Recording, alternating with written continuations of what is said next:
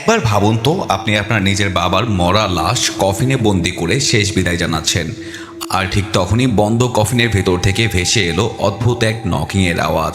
আপনি ভাবলেন বাবা হয়তো জ্যান্ত আছে, কিন্তু কফিনের ঢাকনা খুলতেই ভেতর থেকে যা বেরিয়ে এলো তা কোনো মানুষ নয়, আস্ত একটা জীবন্ত শয়তান, যে এক সেকেন্ডে আপনার হাত পুড়িয়ে ছাই করে দেবে আর আপনার চোখের সামনে আপনার প্রেমিকার মুখের ভেতর লোহার রড ঢুকিয়ে মাথার এপার ওপার করে দেবে। হ্যাঁ ভাই, আজ আমরা এক্সপ্লেন করতে যাচ্ছি ইভিল ডেড ফ্র্যাঞ্চাইজির সবচেয়ে হাড়হিম করা psycho horror movie evil dead burn এর সম্পূর্ণ কাহিনী। এই মুভিতে এমন সব পৈশাচিক দৃশ্য আছে যা আপনার রাতের ঘুম হারাম করে দেবে। আর ভিডিওর একদম শেষে থাকা পোস্ট ক্রেডিট সিনটা তো ভাই পুরাই ইভিল ডেড ইউনিভার্সকে বদলে দিয়েছে। তাই একটা সেকেন্ডও মিস না করে চলুন শুরু করা যাক আজকের এই রক্তাক্ত নরকের গল্প। মুভির শুরুতেই আমরা দেখতে পাই একটা পুরনো রেকর্ডিং চলছে, যেখানে জোসেফ প্রাইস নামের এক তরুণ তার নানা বেঞ্জামিনের রেখে যাওয়া কিছু রহস্যময় নথিপত্র আর গবেষণার উপর রিসার্চ করছিল। এই বেঞ্জামিন শুধু একজন সাধারণ ঐতিহাসিক ছিলেন না, তিনি ছিলেন সার্কেল অফ ওয়াইজ ম্যান নামের এক গোপন ও নিষিদ্ধ গ্রুপের সক্রিয় সদস্য। এই বেঞ্জামিন সারা জীবন ধরে দুনিয়া জুড়ে শুধু একটা জিনিসই খোঁজ করছিলেন, আর তা হলো অভিশপ্ত বই নেক্রোনমিকন বা নটরম ডিমন্টো। এই নিষিদ্ধ বইয়ের মোট 3টি ভলিউম বা খণ্ড ছিল, যার একটি আমরা ইভিল ডেড রাইজে দেখেছি, আর দ্বিতীয় খণ্ডটি ছিল এই বেঞ্জামিনের কাছে। বেঞ্জামিন তার রেকর্ডিংয়ে জানায় 1000 বছর আগে কিছু ভয়ঙ্কর শয়তানি মন্ত্রের কারণে নরকের দরজা খুলে গিয়েছিল, আর সেই দরজা দিয়ে এই পৃথিবীতে প্রবেশ করেছিল এক পৈশাচিক শক্তি যার নাম ক্যান্ডেরিয়ান ডিমন। এই ডিমন সাধারণ মানুষের শরীরে ভর করে তাদের ডেড আইটস অর্থাৎ জীবন্ত শয়তানে পরিণত করে দেয়। আর সবচেয়ে ভয়ঙ্কর বিষয় হলো এই ডেড আইটদের সবার মাথা একটি হাইড মাইন্ড বা একক মস্তিষ্কের সাথে যুক্ত থাকে। মানে একজন ডেড আইট যদি কোনো তথ্য জেনে যায়, তবে পৃথিবীর বাকি সব ডেড আইটও মুহূর্তের মধ্যে সব কথা জেনে যায়। বেঞ্জামিন তার রিসার্চে এমন এক খঞ্জর বা হাতিয়ারের সন্ধান পেয়েছিল যা এই ডেড আইটদের সবসময়ের জন্য খতম করে নরকে পাঠিয়ে দিতে পারে, কিন্তু সে সেই খঞ্জরের উপর এক শক্তিশালী মন্ত্র বা মোহর সিল লাগিয়ে লুকিয়ে রেখেছিল, কারণ এই সিল যদি কোনোদিন ভেঙে যায় তবে ডেমনরা সাথে সাথে টের পেয়ে যাবে যে তাদের ধ্বংস করার হাতিয়ারটি কোথায় আছে, আর তারা ওটা পাওয়ার জন্য যা কিছু করা দরকার তার সব কিছুই করবে। কিন্তু গল্পের ট্র্যাজেডি এখানেই শুরু হয়। আজ সেই জোসেফের এক ভুলের কারণেই সেই খঞ্জরের সিলটি ভেঙে যায় এবং বহু বছর ধরে অন্ধকারে ঘুমিয়ে থাকা এক আদিম শয়তানি শক্তি আবার জেগে ওঠে। আর মনে রাখবেন, ঠিক এই সময় কিন্তু অন্য এক প্রান্তে ইভিল ডেড রাইজের ঘটনাগুলো ঘটছিল। এরপর সিনেমার দৃশ্য পরিবর্তন হয়, আমরা দেখি এটি শান্ত লেক বা হ্রদের পার। এটি ঠিক সেই লেক যেখানে ইভিল ডেড রাইজ মুভি শেষে জেসিকা তার কাজিন টেরেসা আর বয়ফ্রেন্ড ক্যালেবের সাথে ভ্যাকেশন কাটাতে এসেছিল। ঠিক এই সময় ওই লেকের পাড়ে লিও আর জেরার্ড নামের দুই বন্ধু মাছ ধরতে আসে। দিনটা একদম সাধারণ মনে হচ্ছিল। লিও তার গার্লফ্রেন্ডের ফোনের সাথে কথা বলতে বলতে জঙ্গলের ভিতর দিকে চলে যায়, আর জেরার্ড একা একা মাছ ধরছিল। হঠাৎ করেই জেরার্ডের ফিশিং রডে ভারী কিছু একটা আটকে যায়, যা সে মনে করছিল বড় কোনো মাছ ফেসেছে। তাই পুরো শক্তি দিয়ে সে বড়শিটা ধরে টান দেয়, কিন্তু পানির উপর যা উঠে আসে তা দেখে জেরার্ডের কলিজা শুকিয়ে যায়। ওটা কোনো মাছ ছিল না, ওটা ছিল ক্যালেবের একটা কাটা রক্তাক্ত মাথা। জেসিকা অলরেডি ক্যালেব আর টেরেসাকে মেরে শেষ করে দিয়েছিল। জেরার্ড কিছু বুঝে ওঠার আগেই পানির ভেতর থেকে একটা রক্তাক্ত হাত বেরিয়ে আসে, আর সে আর কেউ নয়, স্বয়ং ডেড আইট জেসিকা। জোসেফ ওদিকে খঞ্জরের সিল ভাঙার সাথে সাথেই জেসিকার ভেতরের ডেমন সেই খঞ্জরের উপস্থিতি টের পেয়ে গিয়েছিল। জেসিকা এক ঝটকায় জেরার্ডকে ফিশিং হুক সহ পানির নিচে টেনে নিয়ে যায়। জেরার্ডের চিৎকার শুনে লিও যখন বোট নিয়ে তাকে বাঁচাতে আসে, ততক্ষণে অনেক দেরি হয়ে গেছে। জেসিকা জেরার্ডের মুখটা পশুর মতো টেনে ছিঁড়ে 2 ভাগ করে দেয়। এই ভয়ঙ্কর দৃশ্য দেখে লিও বোটের উপরই বমি করে ফেলে, কিন্তু জেসিকা এখানেই থামে না। সে লিওর বোটটা উল্টে দেয়, আর ভয়ানকভাবে লেকের পানি হঠাৎ ফুটন্ত অ্যাসিডের মতো লিওর শরীরকে গলাতে শুরু করে। লিও কোনো মতে সাঁতরে তীরে উঠলেও তার গায়ের চামড়া পড়ে কঙ্কাল হয়ে যায়। জেসিকা তার উপর দিয়ে হেঁটে চলে যায়, আর রাতের অন্ধকারে জঙ্গল পেরিয়ে মেইন রোডের দিকে এগোতে থাকে। ঠিক সেই সময় হাইওয়ে দিয়ে এক তীব্র গতিতে গাড়ি আসছিল। জেসিকা সোজা গাড়ির সামনে গিয়ে দাঁড়ায় এবং এক বিকট অ্যাক্সিডেন্ট ঘটে। উইন্ডশিল্ড ভেঙে জেসিকার শরীরটা গাড়ির ভিতর ঢুকে যায় এবং তার মাথাটা ধর থেকে আলাদা হয়ে বাইরে ছিটকে পড়ে। কিন্তু ডেড আইট হওয়ায় তার কোনো কিছু যায় আসে না। এই গাড়িটি চালাচ্ছিল উইল প্রাইস। কাহিনী এবার কয়েক ঘন্টা পিছিয়ে একটা রেস্টুরেন্টে যায়, যেখানে উইলের ছোট ভাই অর্থাৎ আমাদের সেই জোসেফের বার্থডে সেলিব্রেশন চলছিল। জোসেফ একজন লেখক, যে তার 4 নম্বর বইটা লিখছিল। উইল তাকে একটি সুন্দর কলম গিফট করে। পার্টিতে উইলের স্ত্রী অ্যালিস এবং জোসেফের গার্লফ্রেন্ড থিয়াও ছিল। অ্যালিস একজন ফ্রেঞ্চ নারী যাকে উইল প্যারিসে গিয়ে লুকিয়ে বিয়ে করেছিল এবং উইলের ফ্যামিলি এই বিয়েতে একদম খুশি ছিল না। পার্টিতে অ্যালিস যখন জোসেফকে কিস করতে যায় এবং বার্থডে উইশ করে, থিয়া একটু জেলাস হয়ে বলে নিজের স্বামীর ভাইকে এভাবে কিস করো না। আসলে উইল আর অ্যালিসের সম্পর্ক একদম ভালো যাচ্ছিল না। উইল একটা বাচ্চা চাচ্ছিল, কিন্তু অ্যালিস তৈরি ছিল না এবং সে চেইন স্মোকার ছিল। ডক্টর যেখানে প্রেগনেন্সির 6 মাস আগে স্মোকিং ছাড়তে বলে, সেখানে অ্যালিস উইলের কোনো কথাই শুনতো না। এই নিয়ে তাদের মধ্যে তুমুল ঝগড়া হয় এবং অ্যালিস রেগে উইলকে বলে, তুমি একদিন নরকে পচে মরবে। এতে উইলের মাথা গরম হয়ে যায় এবং সে রাগের মাথায় মদ্যপ অবস্থায় গাড়ি নিয়ে বেরিয়ে পড়ে। আর তখনই রাস্তার মাঝে জেসিকার সাথে তার সেই ভয়ঙ্কর ক্র্যাশটি হয়। অ্যাক্সিডেন্টের পর গাড়িতে আগুন ধরে যায় আর উইল ভেতরে আটকা পড়ে। জেসিকা সেই কাটা মাথা উইলের দিকে তাকিয়ে নেক্রোনমিকনের কিছু শয়তানি শব্দ উচ্চারণ করে এবং সাথে সাথে ক্যান্ডেলিয়ান ডেমন উইলের শরীরে ট্রান্সফার হয়ে যায়। পড়তে পড়তে শয়তানি আওয়াজে উইল শুধু একটা কথাই বলে, আমাদেরকে আমাদের ফ্যামিলির কাছে নিয়ে চলো, আমাদের একটা জিনিস চাই যা তোমাদের কাছে আছে। কয়েকদিন পর উইলের শেষকৃত্যের দিন আসে। অ্যালিস পুরোপুরি ভেঙে পড়েছিল। উইলের বাবা মা সুজান আর এডগার এই মৃত্যুর জন্য অ্যালিসকে দায়ী ভাবছিল, তাই তারা অ্যালিসের সাথে খুব খারাপ ব্যবহার করে। এখানে উইলের বাকি ফ্যামিলির সাথেও আমাদের দেখা হয়। উইলের হুইলচেয়ারে বসার নানি পলি, যার মারাত্মক ডিমনেশিয়া বা স্মৃতিভ্রম রোগ ছিল, এবং তাদের পোষা কুকুর ম্যাক্স, সবাই মিলে তখন গোরস্থানে জমা হয়েছিল। পলি তার ডিমনেশিয়ার কারণে সারাক্ষণ আজগুবি জোকস কাটছিল আর তার মৃত মেয়ে বনির নাম ধরে ডাকছিল। সুজানের ইচ্ছা অনুযায়ী উইলের বডি দাফন না করে পুড়িয়ে ফেলার সিদ্ধান্ত নেওয়া হয়। এদিকে গোরস্থানের ভেতর এক কর্মচারী উইলের কফিন চুল্লিতে ঢোকানোর প্রস্তুতি নিচ্ছিল। উইলের বাবা এডগার চুপির সাথে তার ছেলেকে শেষবার দেখার জন্য সেই ঘরে ঢোকে। এডগার যখন কফিনের গায়ে হাত দেয়, হঠাৎ করেই কফিনের ভেতর থেকে পাল্টা নকিংয়ের শব্দ আসে। এডগার মনে করে তার ছেলে হয়তো জ্যান্ত আছে। সে তাড়াহুড়া করে কফিনের ঢাকনা ভাঙতে দেখে ভেতরে উইলের পোড়া বডি জ্যান্ত হয়ে উঠে দাঁড়িয়েছে। কিন্তু ওটা উইল ছিল না, ওটা ছিল এক নরপিশাচ, ডেডাইট বা জম্বি। উইল এক ঝটকায় এডগারের হাতটা পুড়িয়ে দেয় এবং ক্রিমেটোরিয়ামের সেই কর্মচারীর ঘাড় মটকে দেয়, তার শরীরটাকে পশুর মতো ফালাফালা করে ছিঁড়ে ফেলে। এডগার কোনো মতে সেখান থেকে জ্যান্ত পালিয়ে আসে, কিন্তু উইলের দেওয়া সেই আঘাতের কারণে এডগারের শরীরে এক অভিশপ্ত মার্ক বা ক্ষত তৈরি হয়ে যায়। ইভিল ডেডের দুনিয়ায় একটা ছোট আঁচড়ও মৃত্যুর চেয়ে ভয়ঙ্কর। ক্যান্ডেলিয়ান ডিমন এই ইনফেকশনের মাধ্যমে এডগারের শরীরের নিয়ন্ত্রণ নিতে শুরু করে। মানুষের আত্মা ভেতরে মরে যায় আর ডেমন তার শরীরকে পাপেটের মতো নাচায়। এদিকে উইলের বডি যে গায়েব হয়ে গেছে তা ফ্যামিলির কেউ জানতো না। তারা ভেবেছিল শেষকৃত্য ঠিকঠাক হয়ে গেছে। সবাই মিলে তাদের পুরনো লেক হাউসে ফিরে আসে, যেখানে একসময় উইল আর অ্যালিসের বিয়ে হয়েছিল। এই বাড়িটি যারা পুরনো ইভিল ডেড ফ্যান তাদের কাছে চেনা লাগবে, কারণ এটি অ্যাশ ভার্সাস ইভিল ডেড সিরিজের রুবির বাড়ির মতো দেখতে। সুজান বাড়ির অ্যাটিক বা চিলেকোঠা পরিষ্কার করার সময় তার বাবার সমস্ত রিসার্চের কাগজ আর নেক্রোনমিকন বইটা আবর্জনা ভেবে ফেলে দিচ্ছিল। জোসেফ বাধা দিলে সুজান তাকে ধমক দিয়ে বলে, এইসব ফালতু জিনিস ফেলে দাও। সুজানের উপর পুরো পরিবারকে ধরে রাখার একটা মানসিক চাপ ছিল। ওদিকে এডগারের অবস্থা দিন দিন খারাপ হতে থাকে। সে অনবরত কাশছিল এবং বেসমেন্টে গিয়ে চেইনস স্টার্ট করার চেষ্টা করছিল, কিন্তু ওটাতে তেল ছিল না। এডগারের কানে অদ্ভুত সব শয়তানি আওয়াজ আসছিল, যা তাকে নিজেকে শেষ করার জন্য উস্কানি দিচ্ছিল। এক পর্যায়ে এডগার নিজের হাতের কবজি কাটার চেষ্টা করলে অ্যালিস তাকে দেখে ফেলে এবং ছুরিটা কেড়ে নেয়। কিন্তু অ্যালিস তখনও জানতো না যে আসল শয়তান অলরেডি এডগারের ভিতর ঢুকে গেছে। সন্ধ্যাবেলা পুরো পরিবার ডিনার টেবিলে বসে।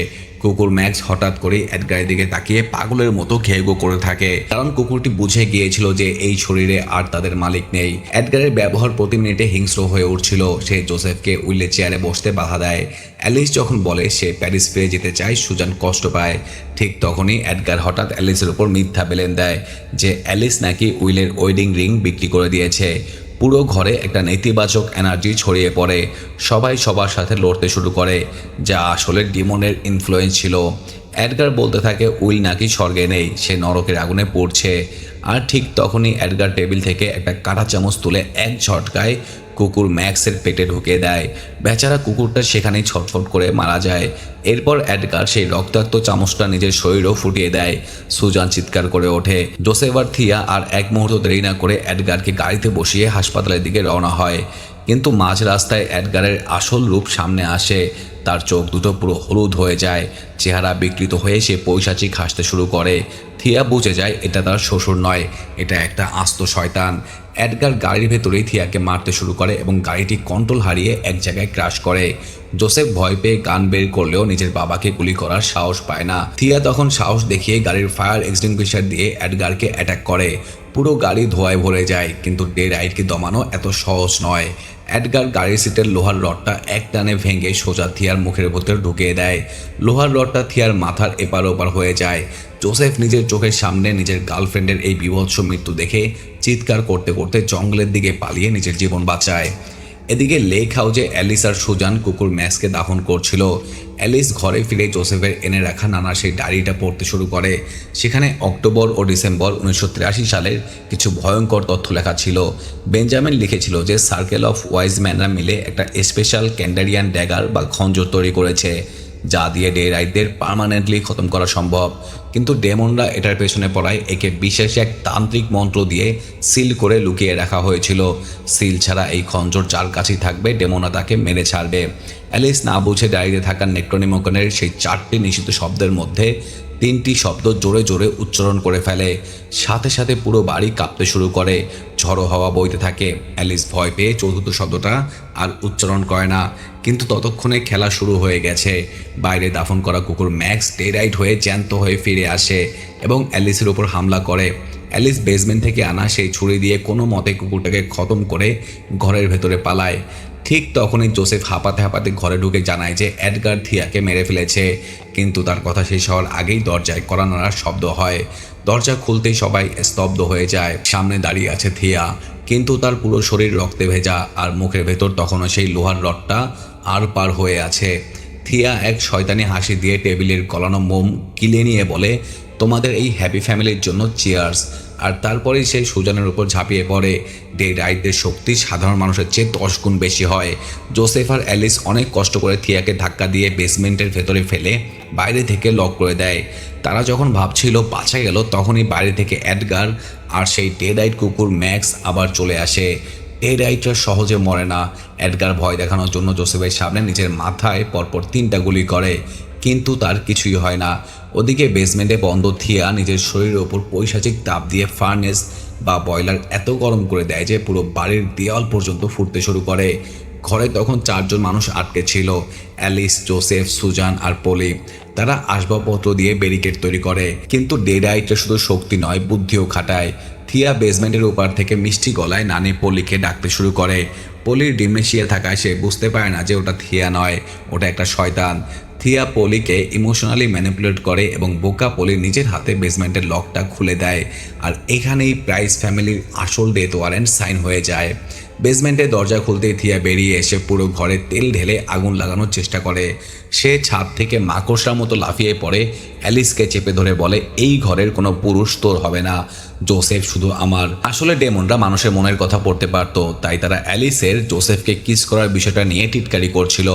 থিয়া জোসেফকে ধাক্কা দিয়ে কিচেনের ডিশওয়াশের উপর ফেলে দেয়, যেখানে ধারালো ছুরি আর কাঁটা চামচ সোজা জোসেফের কোমরে ঢুকে যায়। থিয়া জোসেফের ওপর বসে তাকে আরও তাপাতে থাকে। জোসেফ যন্ত্রণায় চিৎকার করলেও খঞ্জরের ঠিকানা বলে না। সে একটা ওয়াইন ওপেনার থিয়ার গালে ঢুকিয়ে দিলে থিয়ার কিছু যায় আসে না। ঠিক তখনই পলি থিয়াকে বলে, তোর টাকা চাই তো? আমার বালিশের নিচে আছে, যা নিয়ে যা, আমার নাতিকে ছাড়। থিয়া বিরক্ত হয়ে পলির মুখ থেকে তার বাঁধানো নকল দাঁত টেনে বের করে, ওটাতে নিজের শয়তানি লালা বা স্যালাইভা লাগিয়ে আবার পলির মুখে পরিয়ে দেয় এবং বলে, এবার তোর সব মনে পড়বে যে তোর স্বামী খঞ্জরটা কোথায় লুকিয়ে রেখেছে। অ্যালিস তখন পলির একটা ভাঙ্গা কৃত্রিম পা দিয়ে থিয়ার মাথায় মরণ কামড় দেয় এবং জোসেফ সুযোগ বুঝে একটা ভারী জিনিস দিয়ে থিয়ার মাথাটা পুরো থেতলে দেয়। অবশ্যই থিয়া চিরকালের জন্য শান্ত হয়, কিন্তু বাইরে থাকা এডগার এবার ঘরের দরজা ভেঙে ভেতরে ঢোকে। ওদিকে পলির মুখে ডেমনের লালা যাওয়ায় সেও ডেডাইট হয়ে হাওয়ায় ভাসতে শুরু করে। পলি সুজানকে ডেকে বলে, আয় মা, আমরা আবার এক ফ্যামিলি হব। উইলো রাস্তায় আছে, চলে আসছে। সুজান ইমোশনাল হয়ে জানালা খুলতেই বাইরে দাঁড়িয়ে থাকা এডগার তাকে এক নোংরা কিস করে এবং সুজানের ভেতরেও ডেমন ঢুকে যায়। এডগার জোসেফকে দেওয়ালে আছাড় মারে। অ্যালিস সিঁড়ির নিচে লুকিয়েছিল। জোসেফ তাকে চিৎকার করে বলে, অ্যালিস, অ্যাটিকে যাও, ড্যাগারটা খুঁজে বের করো, ওটা এদের হাতে পড়তে দিও না। অ্যালিস অ্যাটিকে যাওয়ার সময় অ্যাশ উইলিয়ামসের মতো একটা পুরনো রোটারিস বা গোল চেইনস চালু করে, যা ছিল ইভিল ডেড ফ্র্যাঞ্চাইজিকে দেওয়া এক চরম ট্রিবিউট। ডেডাইট পলি অ্যালিসের কানে একটা পেন ঢুকিয়ে দেয়, কিন্তু অ্যালিস কাচের টুকরো পলির চোখে ফুটিয়ে তাকে হুইল চেয়ারের মেকানিজমে বেঁধে সিঁড়ি দিয়ে নিচে ফেলে দেয়। অ্যালিস বাথরুমের সিলিং কেটে সোজা বেঞ্জামিনের সেই গোপন অ্যাটিক রুমে পৌঁছায়। সেখানে গিয়ে দেখে শত শত খঞ্জর রাখা আছে, কোনটা আসল সে বুঝতে পারছিল না। তখনই সেখানে জোসেফ আসে, কিন্তু সেও অলরেডি ডেডাইট হয়ে গেছে। সে অ্যালিসকে উপহাস করতে থাকে। অ্যালিস এক এক করে খঞ্জর জোসেফের গায়ে মারতে থাকে। অবশেষে আসল ক্যান্ডেরিয়ান ড্যাগারটা লাগতেই জোসেফের ভেতরের পজিশন ভেঙে যায় এবং সে ছাই হয়ে যায়। অ্যালিস ছাদের দিকে পালালে সুজান আর এডগার তার পিছু নেয়। ছাদ থেকে নামার সময় অ্যালিস সেই রোটারি দিয়ে নিজের শাশুড়ি সুজানের মাথা ধর থেকে কেটে আলাদা করে দেয়। এরপর এডগারকেও কেটে কুচি কুচি করে লাইটার দিয়ে পুরো লেক হাউসে আগুন ধরিয়ে দেয়। এরপর বাড়িটি দাউ দাউ করে আগুনে জ্বলছিল। ডেডাইট কুকুর ম্যাক্স আবার এলে অ্যালিস খঞ্জর দিয়ে তাকে চিরকালের জন্য শেষ করে, কিন্তু তখনই আগুনের ভেতর থেকে এক বিকট ছায়া বেরিয়ে আসে। সে হলো উইল। তার পুরো শরীর পুড়ে গেছে, দেখতে ঠিক দ্য মামি মুভির ইমোটোপের মতো লাগছিল। উইল অ্যালিসকে তাড়া করে পাশের এক কনস্ট্রাকশন সাইটে নিয়ে যায়। অ্যালিস 911-এ কল করার চেষ্টা করলে তার ফোনে তাদের বিয়ের সেই ফেভারিট গানটা বাজতে শুরু করে। উইল তাকে এক ধাক্কায় গর্তে ফেলে দেয়, যেখানে একটা লোহার রড অ্যালিসের পায়ের আরপার হয়ে যায়। উইল এক কনস্ট্রাকশন মেশিন চালু করে সেই গর্তে ফুটন্ত আলকাতরা ভরতে শুরু করে। অ্যালিস চরম যন্ত্রণায় নিজের পা রড থেকে টেনে বের করে। সে বুদ্ধি খাটিয়ে ড্যাগারটা আলকাতরার গর্তে ছুঁড়ে দেয়। উইল ওটা লোহের বসে তুলতে গেলেই অ্যালিস একটা জ্যাকহামার দিয়ে উইলকে সোজা আলকাতরার পেটের ভেতর ফেলে দেয়, কিন্তু উইল আবার অ্যালিসের পা চেপে ধরে। আর ঠিক তখনই উইলের ডেডাইট চেহারাটা নর্মাল মানুষের মতো হয়ে যায় এবং সে কেঁদে বলে, অ্যালিস, আই লাভ ইউ। এটা ডিমনের শেষ চাল ছিল, যাতে অ্যালিস ইমোশনাল হয়ে তাকে বাঁচিয়ে নেয়। কিন্তু অ্যালিস এই ফাঁদে পা দেয় না। সে তার কাছে থাকা আসল ক্যান্ডেরিয়ান ড্যাগারটি বের করে উইলের মাথায় গেঁথে দেয়। পেছনেরটা নকল ছিল। উইলের মাথা কুঁচকে সেই আলকাতরার গভীরে চিরকালের জন্য ডুবে যায়। সকালবেলা পুলিশ আর প্যারামেডিকরা আসে। অফিসার জিজ্ঞেস করলে অ্যালিস শান্ত গলায় বলে, এইসব আমার এক্স হাজব্যান্ড করেছে। এরপর সে একটা সিগারেট ধরায়, যা প্রমাণ করে সে তার অ্যাবিউসিভ অতীত থেকে আজ মুক্ত। কিন্তু বস, ইভিল কি এত সহজে শেষ হয়? মুভির মিড ক্রেডিট সিনে দেখা যায় পলি সেই জ্বলন্ত বাড়ি থেকে বেঁচে হাঁপাতে হাঁপাতে রোডের ওপর দিয়ে হামাগুড়ি দিয়ে এগিয়ে যাচ্ছিল। এক মেয়ে গাড়ি থামিয়ে তাকে হেল্প করতে এলে পলি তার পায়ে একটা স্ক্র্যাচ করে বলে, তোর পা দুটো আমাকে দে, আমারটা তো নষ্ট হয়ে গেছে। আর এভাবেই ক্যান্ডেরিয়ান ডিমন এক নতুন হোস্ট পেয়ে যায়। আর পোস্ট ক্রেডিট সিনটা ছিল আরও বেশি শকিং। ক্রিমোটেরিয়ামের ম্যানেজারের ছোট মেয়ে লকার রুমে এক বেওয়ারিশ ছাইয়ের কলস খুঁজে পায়, যার উপর লেখা ছিল অ্যালি বিক্সলার। হ্যাঁ ভাই, যে ছিল ইভিল ডেড রাইজের মেইন ভিলেন। মেয়েটি যখন আয়নার সামনে যায়, আয়নার ওপার থেকে অ্যালির ডেডাইট রূপ দেখা যায়। মেয়েটি আয়না স্পর্শ করার সাথে সাথেই অ্যালির সেই অভিশপ্ত আত্মা আয়নার ওয়ার্ল্ড থেকে রিয়াল ওয়ার্ল্ডে চলে আসে এবং এক সেকেন্ডে বাচ্চাটার মাথা ধর থেকে আলাদা করে দেয়। তার মানে এই ডেমনরা এখন মিরর ওয়ার্ল্ড থেকেও জ্যান্ত হতে পারে। মুভিটি এখানেই এক মারাত্মক টুইস্টের সাথে শেষ হয়ে যায়। আর 2028 সালে আসতে চলেছে এই ফ্র্যাঞ্চাইজির সিকুয়েল ইভিল ডেড রাথ, যেখানে দেখানো হবে এই অভিশপ্ত বই আর শয়তানের সৃষ্টি কিভাবে হয়েছিল। তো বন্ধুরা, এই ছিল ফুল মুভি এক্সপ্লেন। আশা করি আপনারা উপভোগ করেছেন। যদি ভালো লেগে থাকে তবে আমার চ্যানেলটি সাবস্ক্রাইব করবেন এবং পাশে থাকবেন আমার। দেখা হচ্ছে শীঘ্রই। টাটা।